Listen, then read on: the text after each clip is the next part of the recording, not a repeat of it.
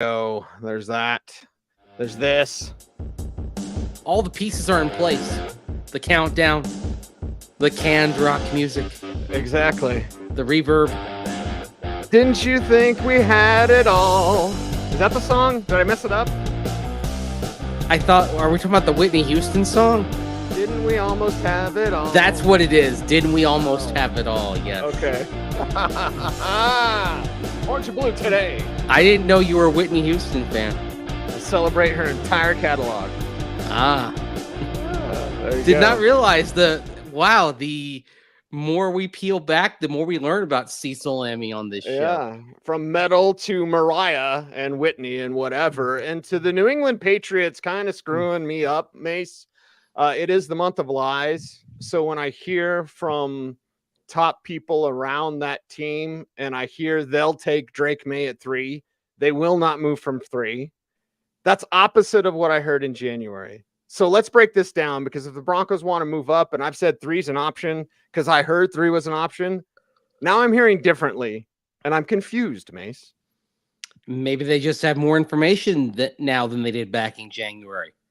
Doesn't everybody have more information now? If this is the point where you've met with the quarterback prospects, you've done the deep dives into the film. I mean, we're at setting the board time around the NFL. I mean, the meetings are happening, boards are being set in 32 precincts around the league.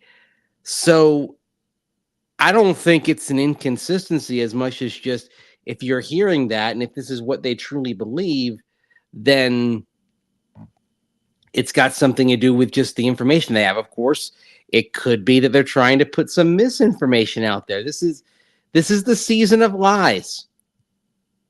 I'm tempted to believe nothing right now, to be honest with you. Believe nothing. Yeah, I think that might be the case. But if you're talking about the Denver Broncos and moving up, I mean, good day to be Monty. But if New England's out of it, if they're taking a quarterback, I mean, Denver's got to do this move now, right? You got Minnesota that could leapfrog you. Multiple teams could leapfrog you if truly New England is dialed in at 3. And this is why the Patriots are almost the fulcrum of the Broncos' decision. Because if they're staying put, Mace, you got to get to 4 now. If you want JJ McCarthy, if you decide he's worth that, if you're in love, you have to do it. We were talking about it last week in terms of, if you go to 4, that means you've decided you are in a good spot picking whoever drops, whether it's May or McCarthy, or even Jaden Daniels, if somehow he got past 2.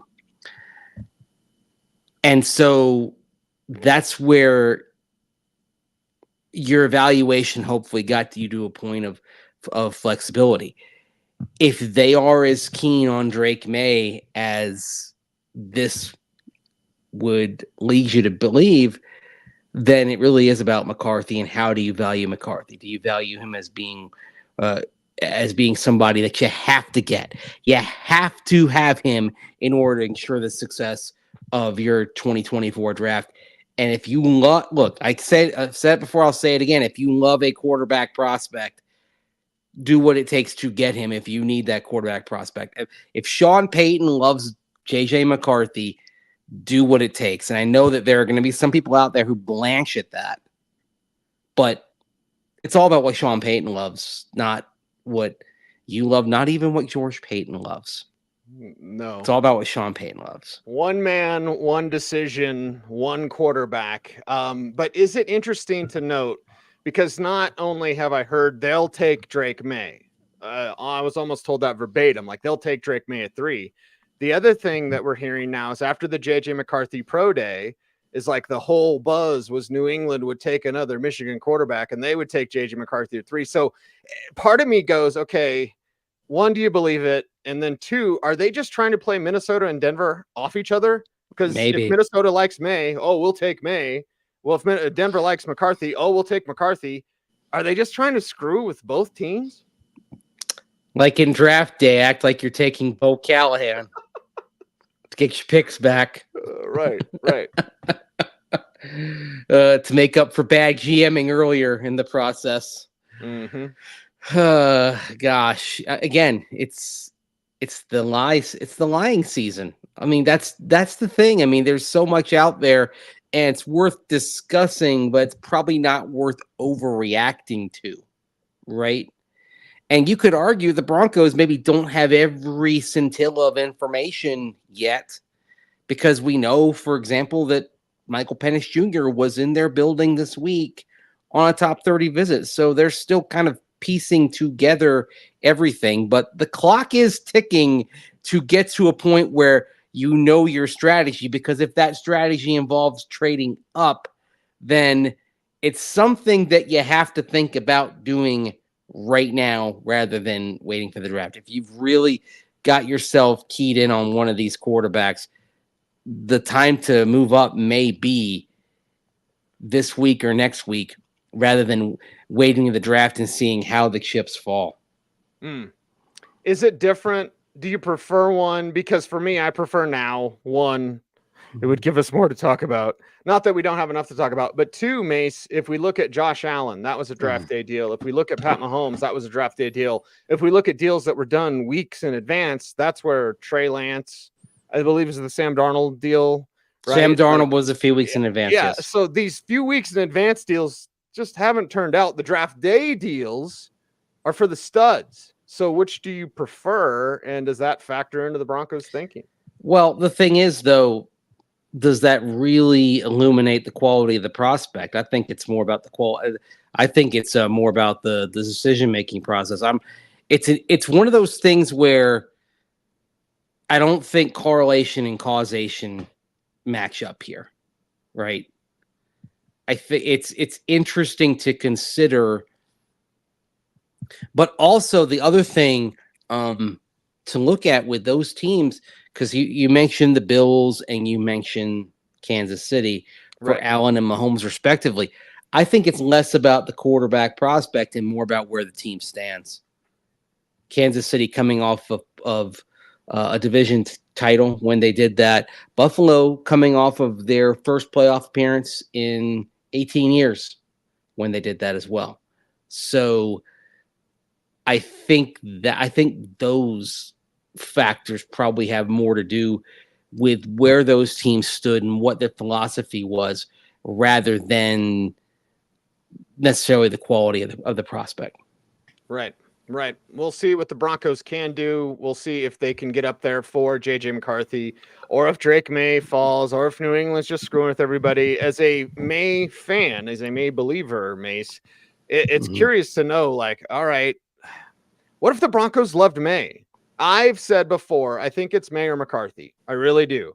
Well, if New England's hell bent on May, can you make them change their mind? And does that include Pat Surtain? I believe they can get to 4 without Surtain. I believe if you get to 3, especially if it's for May, you're going to have to say bye-bye to Pat. Well, it's also a philosophical question. How much do you love the quarterback prospect, and are you willing to sacrifice your best player to get the QB? That's the thing. And also, beyond love, beyond emotion, the team building process does matter here, because as we see Chris chiming in, he thinks Bo Nix is Sean Payton's guy. How much better do you believe the team would be with standing pat or even trading down and getting Bo Nix and keeping your draft capital and keeping Pat Surtain, compared to what the outlook would be if you trade up for May or McCarthy, potentially sacrifice Surtain, certainly sacrifice draft capital, especially in the 2025 draft? These are this is all part of the equation here, because even though there's a thing of you love a quarterback, go get him, you do have to also kind of step back and kind of look at the rational team building process here and what it's going to look like in terms of getting players in. You have to even look at kind of what you're budgeting for and saying, okay, we're figuring out our cap budget. We only have the $32 million crater in the cap next year compared to the $53 million crater this year on Russell Wilson. So how does that team building process look in 2025? What are we able to go out there and do in free agency? Do we even have to prioritize something different budget-wise rather than Cornerback number 1, Pat Surtain, with his contract coming up. There's so many factors to weigh here. It's not something that you can get down to a 20-second soundbite answer. It really isn't. You It's can't be deeper than that. willy-nilly about this. And correct me if I'm wrong, they can negotiate with Surtain right now. Yes, Surtain and Quinn Miners you can do right now. Now, as I've mentioned, even wrote about denversports.com this week, Lloyd Cushenberry not coming back, part of that is a function of wanting to get Quinn Miners signed. But also with Quinn Miners, you are looking at him reaching an average annual value contract-wise probably of at least $19 million. Quinn Miners is about to become the highest paid offensive lineman in Broncos history, assuming that they get a contract done with him in the next 10 months. Pat Surtain, CB1, what are you talking about there? $24 million a year? 25, yeah. Yeah, there you go. I've just, in terms of average annual value, I've just spent $44 million on those two guys. Yeah. That's a lot of dough. That's for sure. If you have a rookie quarterback and that rookie quarterback contract, that'll allow you those savings that you need. There's something that throws the equation off, Mace, when you talk about team building, and it is this. If it's the guy, if it's a franchise guy, and you and I will regale and tell so many stories about Peyton Manning, one of the stories we can tell about Peyton Manning is he was a deodorant for holes on the roster. We're not going to name names specifically, but he elevated the play of those around him, or he covered up for, let's say, offensive line woes, right? Because you get rid of the ball so damn quick. So if you have that guy, like, and I understand team building and all these sorts of things, but something that throws the equation off in your favor is if you hit on that quarterback, then okay, maybe you can do with that more backup type guard than paying a whole bunch of money because your quarterback is that good. We don't know that yet, and that's why you have to find that guy. But that does work in the Broncos' favor, again, if they can find that quarterback. If you hit on the quarterback, that's the thing. You got to hit on the quarterback. If you miss, it's not going to be that guy, right? It's the opposite. It'll go the opposite way. Right, and that's part of what you weigh as well. And a good example, if you do actually nail it, at this time last year, was anybody talking about Houston's roster being in good shape? No. CJ Stroud walked in and he made that team better, right? Made them better instantly, to where you're now talking about a team that felt like it had the luxury of being able to take on Stephon Diggs and assume the contract. Now, Buffalo's still got a big dead money thing they're absorbing here as they traded Stephon Diggs to Houston today. But that's the thing. Like, it can change how your roster looks. Houston's roster, Tank Dell, Will Anderson as well. That's the reason why it looks better. But overall, the roster looks better. And yet, 12 months ago, you could argue that Houston's roster was not in a position to where they could take a quarterback. Because you hear a lot of this, build the roster. Houston's roster needed a heck of a lot of building at this time last year. But you got the right quarterback, and that was the rising tide that lifted all the boats. So that's the thing. But you have to get it right. And there's no guarantee of that. It's not no easy way out. No easy answers. Tommy Boy, the guarantee on the box. But Mace, what we're talking about is this. The Texans are in go for it mode because they got the one right guy, right? If the Broncos get the one right guy now, a year ago, would we talk about the Texans being in the market for a top receiver like Stephon Diggs? Would we even fathom that? No, but they got the guy and it put them in go for it mode. We could be a year away from talking about the Broncos, and JJ McCarthy's a huge hit. Now the Broncos are in go for it mode. It's almost an accelerant on your Super Bowl window. It's the best case scenario. That's the thing. This is all of it working out perfectly. What do you think the Broncos' chances of really finding someone of that level that does turn it all around. Seriously. Oh, it has to be less than 50-50. I'd say if we talk honestly, but Oh, again, I'd say Sean less Payton. than that. I'd say 20%. But Sean Payton, like that's the thing. Like you have a coach. I put it this way on Coffee Break. If Caleb Williams is a 10 out of 10, well, Matt Eberflus is like a 1. If Bo Nix is a 5, well, Sean Payton's a 10. Now you have a 15 combination. So the combination to me, like Sean Payton is that card. I don't play Magic. I didn't play Dungeons and Dragons, but it's that extra bonus card, the magnifier. Like, so yes, it's a small window. But hey, Luke Skywalker blew up the Death Star, baby. He wasn't afraid to take that shot. That's not real. It's real to me. Okay. Who's the Obi-Wan that is guiding him here? Isn't Sean both Okay, in his own mind? He's the hero. He's Han Solo, right? Chicks think I look like Han Solo. Oh my gosh. I just quoted Boogie Nights. Yes, that's right. I just quoted Boogie Nights. But like, yeah, I understand. I agree with you. It's less than 50-50. It's way less than 50-50. It's 25% chance. Mm-hmm. But I'll take my chance with Sean Payton. You know what the counter to that people are going to be saying is, right? That, oh, he's never developed a young quarterback. Of course. That's going to be the thing. Now, I do wonder this, because we do know Sean Payton has an ego. Like, right? Every successful coach has an ego. Sure. In terms of quarterbacks, what's the one thing Sean Payton hasn't done yet that he probably wants to do at some point is take that piece of clay from the start and mold it into the quarterback from his perspective. I want, right? Start from the beginning, because he got Drew Brees 5 years in, 4 seasons with Marty Schottenheimer as the head coach, the other season with Mike Riley as the head coach.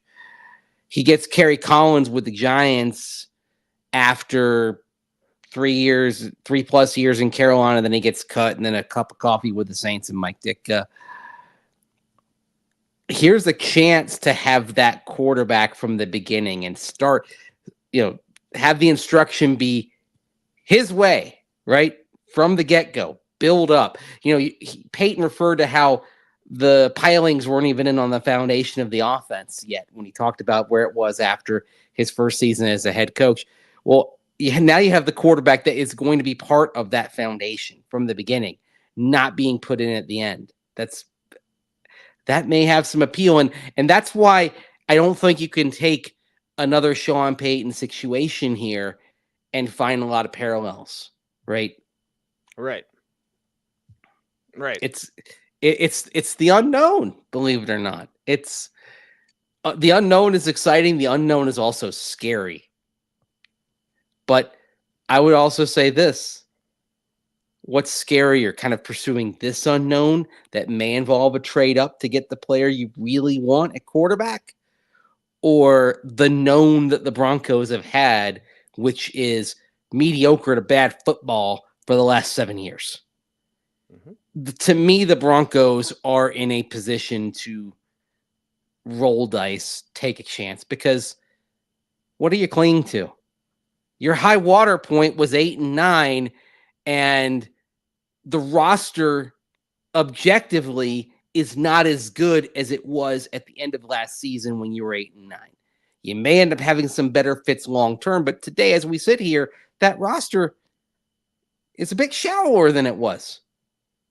I mean, you can't sit here and objectively say that you're better at quarterback, that you're better at safety without Russell Wilson, without Justin Simmons. Although it is very interesting, Justin Simmons still on the market. Right, now looking at one-year deals. Did Jake write about that, or Will write about that today? We had it on Denver Sports. Will wrote about that. We're going to talk about that tonight on the radio side as well. But Justin Simmons is, caught in some market forces against him. By the way, speaking of deals and the news of the day, got to touch on Stephon Diggs real quick, because, of course, That is the story. Stephon Diggs going to the Houston Texans.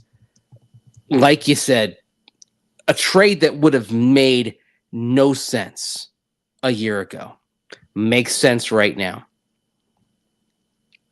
But if you look at the terms on this trade here with Stephon Diggs going to the Houston Texans, of course, the Bills are taking on a significant dead money hit, but the trade package, Buffalo gets a second rounder, Diggs and a 6th and 5th round picks, the 5th rounder next year, 6th round this year, going to Houston. So honestly, like, Broncos fans may need to recalibrate what they think Courtland Sutton might get as part of a trade, even if he's thrown in as part of a deal to make up, to move up in the draft. Because frankly, if Stephon Diggs is worth only Stephon Diggs plus 2 day 3 picks is worth only a second round pick, a mid second round pick. Courtland Sutton, who hasn't had a 1,000-yard season since 2019, is he even worth a third in the draft calculus? I don't think so. No. We're looking at 4th or 5th round for Sutton, and at that point, Mace, it's just like, well, just keep him. Just keep him, unless it can be a throw-in that gets you over the top. Just keep him. Mm-hmm. If that's all you can get. Like, man, might as well just work with what you've got. Yeah. Now we're getting chat's comments because I don't play World of Warcraft or Magic. And I think of the South Park episode, Make Love, Not Warcraft. And when Cartman's like, use your mana, use your arcane missile. Like, yeah, that's what Sean Payton is. He's that extra card.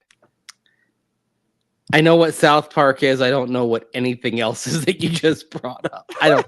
World of Warcraft, I have no clue about any of that stuff. Okay.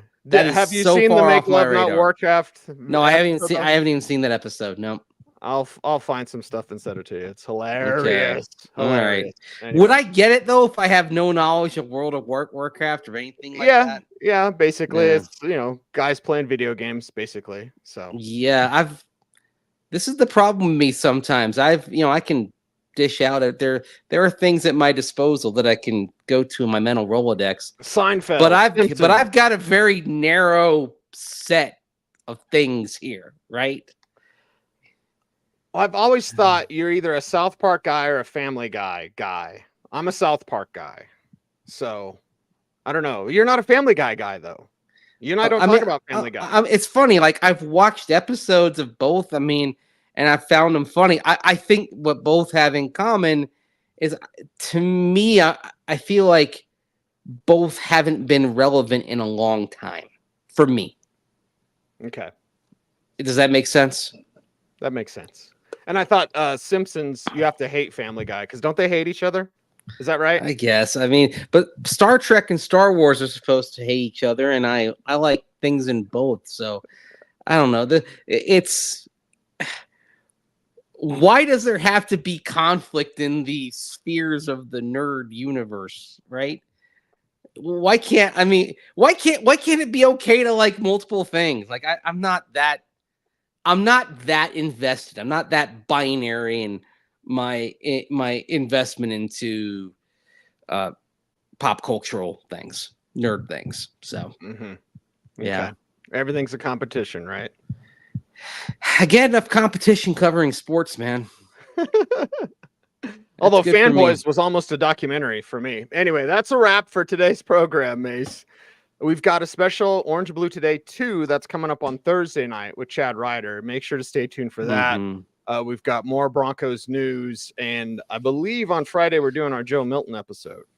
So, diving into a below the radar quarterback with whom we spoke down at the Senior Bowl, who you could argue has got the strongest arm of anybody in this class, but not particularly accurate. Can accuracy be coached into a quarterback? A lot of people will tell you it's hard to do. We'll get into that. What he does have, as we'll tell you, is he's got not only got the arm, but he's got the brain as well. Two key elements. That's what you need. He's the brain. He's Andrew Mason. I'm the arm, I guess. I was a quarterback. I played in a state championship. Damn it. That was my highlight of my sports career. Anyway, he's Andrew Mason. I'm Cecil Lammey. You got us to 10,000 subscribers. Let's get to 20 on YouTube. Thank you. We appreciate you so much. How do they help us out on YouTube, Mace? Like, comment, share, subscribe, hit that notification bell so that you never miss a vid. That was pretty good. It was good. It's good. We've had some practice. He's Andrew Mason. Follow him on all the socials at Mace Denver. I'm at Cecil Lammey saying OBT is a BFD. Thanks for watching. Stay tuned and stay frosty.